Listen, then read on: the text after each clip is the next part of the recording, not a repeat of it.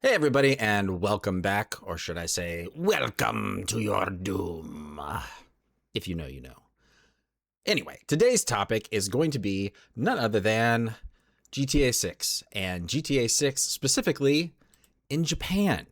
So, physical copies in Japan have a 170-day expiration date. What does that mean? Well, you don't actually get a copy of the disc. You get a code that lets you download and play the game. So this is by Hassam Nasir over at Tweaktown, and it says Rockstar's support page apparently shows GTA 6 Japanese physical codes expire in 170 days, which has not gone over well with supporters of physical discs. Now, why would they do this? Well, let's read on and find out. GTA 6's Code in a Box. Code in a Box. That reminds me of an SNL skit. I won't say it, but it's something in a box. GTA 6's Code in a Box approach to physical copies has apparently found a new way to frustrate players, this time in Japan. Now, if you don't know the backstory, Sony came out recently and said that they will stop making physical discs for the next iteration of the PlayStation console, which is due out supposedly in 2028, maybe 2027. I don't know for sure. But people are not happy about it because they want their physical discs. Yes, being able to download games is great, but one, it kills your ability to resell the game, get a little money back, and use that towards a new game, and you can't take it over to your friend's house. I know that's like a lost art at this point, but I can remember being, I don't know, in grade school, and my buddy got, what was it? One of the Zelda games, A Link to the Past, the first one they made for the Super Nintendo. And we went over to his house and played that thing all night. Like, it was amazing. It was a great sleepover. I think it was, I don't know, like 10, 11, whatever. Anyway, everybody had a good time. You could take games to other people's houses, and it was good. It was good. I remember being in high school and having an N64, and I would take that over to my buddy's house, and we would play GoldenEye. Why? Because he didn't have it. And why did he need it? Because I already had it. Like, you could move games, and you could share games, and it wasn't a big deal. And I think probably people are pissed off because recently, Sony had a little, call it a snafu, call it a problem, but a bunch of people are losing access to over 500 previously purchased Studio Canal movies and TV shows from their libraries on September 1st of this year because a licensing agreement expired. So those people bought those movies thinking, all right, I own this movie forever. I just own it in digital now. And now they're going to lose access to it. And I mean, some of those movies are, let's see, it says impacted titles, over 550 digital media items, including major films like Terminator 2 Judgment Day, Apocalypse Now, and Hot Fuzz. Hot Fuzz, underrated film, I think. Shaun of the Dead was quality. And I think Hot Fuzz, while is not as good as Shaun of the Dead, is still pretty good. So people between losing access to their movies and now we're being told we're not going to get physical discs anymore, it's annoying, and it's not something that people are on board with. And Sony doesn't seem to care. If you go on their Spider-Man trailers, tons of the comments are, we want physical discs. Give us physical discs. We're not buying any more games unless you give us physical discs. We're not going to go see this movie. Well, maybe not that far because everyone wants to see Spider-Man, but you get the gist. Anyway, back to the article. Rockstar's own support page for games states that Japanese product codes will expire 170 days after the issuance date, citing regional regulations as the cause. That math puts the cutoff at May 8th, 2027. Anyone who buys an unopened box copy after that date could end up with a code that no longer works. Like, why? Think about that. If you went to the store and you bought, I don't know, something in a can, a vegetable, a fruit, anything, and then you go to consume it later and you open it and it's gone because the expiration date is a day past. I mean, it's just ridiculous. The restriction appears to apply only to PS5 version since Xbox codes aren't region locked the same way. Rockstar also notes that the code needs to be redeemed on a PlayStation account registered in Japan and recommends buying from a retailer in the same region as the account to avoid activation issues. So thankfully, this is not happening. This is not happening any place but Japan so far that I can see. The detail was first flagged by an X user, though the original post has since been taken down, and there's apparently some disagreement on whether the 170-day window applies to the base game or just the pre-order DLC bonus. Okay, that's interesting. Rockstar hasn't clarified either way yet, so it's worth treating the exact scope with a bit of caution. Still, multiple outlets have read Rockstar's own FAQ wording as covering the base game code, not just an add-on. So if you do happen to get one of those boxes in Japan, you're SOL.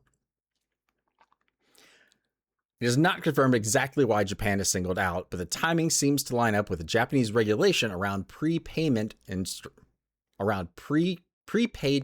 instruments, which apparently apply lighter oversight to anything valid for under 6 months. Interesting. A 170-day window fits comfortably within the line, which would explain why the cutoff sits where it does. So what is... Or I guess why is that? Okay, so it's taxes.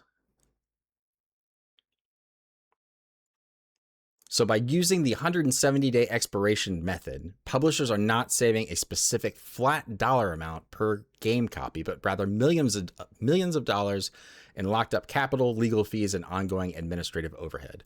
Under Japan's Payment Services Act, any prepayment instrument lasting longer than 6 months triggers intense legal and financial obligations.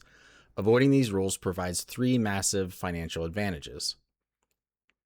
This is all AI, by the way. Or not AI, but Google. And that's from the Kensai Law Office. Looks like it will eliminate 50% of legal deposit requirements, which can be up to balances exceeding 10 million yen, which is about $65,000 US. Additional costs and fees. So basically they're doing it so they don't have to pay extra fees, which I get to a point, but still, come on. That really puts the owner in a potentially precarious position of, I don't know, what if you bought it and you were going to give it as a gift and it's someone who doesn't realize that this has to be done in a specific set of time. Maybe it's someone who's not savvy to such things. Maybe it's somebody's grandma. Maybe it's somebody's aunt who doesn't know games and doesn't know that it's going to expire, right? Then what happens? You know, you give it to the gift of, you know, little Jimmy or whatever on their birthday sometime in June, and SOL, you don't get to play it, Jimmy, and you just paid what, $70-$80 for it. Back to the article. Of course, none of this would matter much if GTA 6 still shipped on disc anywhere. Rockstar confirmed months ago that physical editions are a code in a box, not a disc, a decision that already drew criticism when it was announced. The latest wrinkle has reheated the argument, especially with Sony still facing backlash over its own move away from producing PS5 discs entirely, which we talked about earlier. Gamers are understandably agitated over this change. A code can expire, get tied to a region, or stop working if a server goes down years later, whereas discs just play. Whether that argument is enough to keep physical media alive at scale is a different question, since retailers and publishers both save money by skipping manufacturing and distribution costs on discs. So it comes down to money, it comes down to convenience for the manufacturers, and it comes down to control. Because let's say they want to switch the servers off years later. They're not going to support it anymore. Well, guess what? You don't get to play your game anymore. That's messed up. That is not cool at all. And the problem is, there's a whole generation of people coming up who don't remember or have no experience with actually having physical games. They've just downloaded everything. So it's this very slippery slope of, all right, what else are they going to take away from us? Or what else do they have the ability to take away from us without us really even knowing? Because they do this kind of stuff gradually. Think about, I don't know, if you've ever walked in a field that doesn't have any plants in it. So there was a field behind my grandparents' house growing up, and you could walk in it, but it was uneven and you had to watch your step or you'd twist your ankle. So most of the time when you were walking in it, you had to look down to make sure you weren't going to step in a hole or, you know, break your ankle or what have you. After 2 or 3 minutes, you wouldn't think, oh, I haven't gone very far. And then you would stop and look and turn around and be like, holy crap, I'm out in the middle of this field. It's the same thing with stuff like this. When corporations make these decisions and tweak things ever so slightly, people forget. People forget, oh, I used to go to the store and get the disc and I could do what I want with it. And I could play it whenever I want, however I want. And when I'm done with it, I can go turn it back in for maybe a couple of bucks and not pay as much on the next game. But they don't want to deal with that anymore. And then they have the ability to just turn it off if they want to. And that's messed up. And there's a lot of people saying that they're not going to buy any more games or support Sony at all until they change their mind about this. But from what I've read, Sony has dug in hardcore on this and they're not budging. So it's going to be interesting. It's going to be interesting to see who actually folds here, because it kind of reminds me of when players strike in professional sports. The owners have the most leverage because the owners have the most money. They can just sit and wait. But the owners do lose money when the players aren't playing. How long are gamers going to be able to wait it out if they're really committed to this? You know, give us discs or we're not buying anything. If they're really committed to that, are they going to be able to like hold the line and say, fine, I'm not buying GTA 6 because that's a tough ask, or I'm not going to play Wolverine? Again, tough ask. I think maybe it's going to be like an age thing. I think some of the older gamers who are more set in their ways are going to be like, you know what? Nope, I'm done. And that'll probably hold. But the younger gamers and probably their parents who are buying stuff for them aren't really going to care.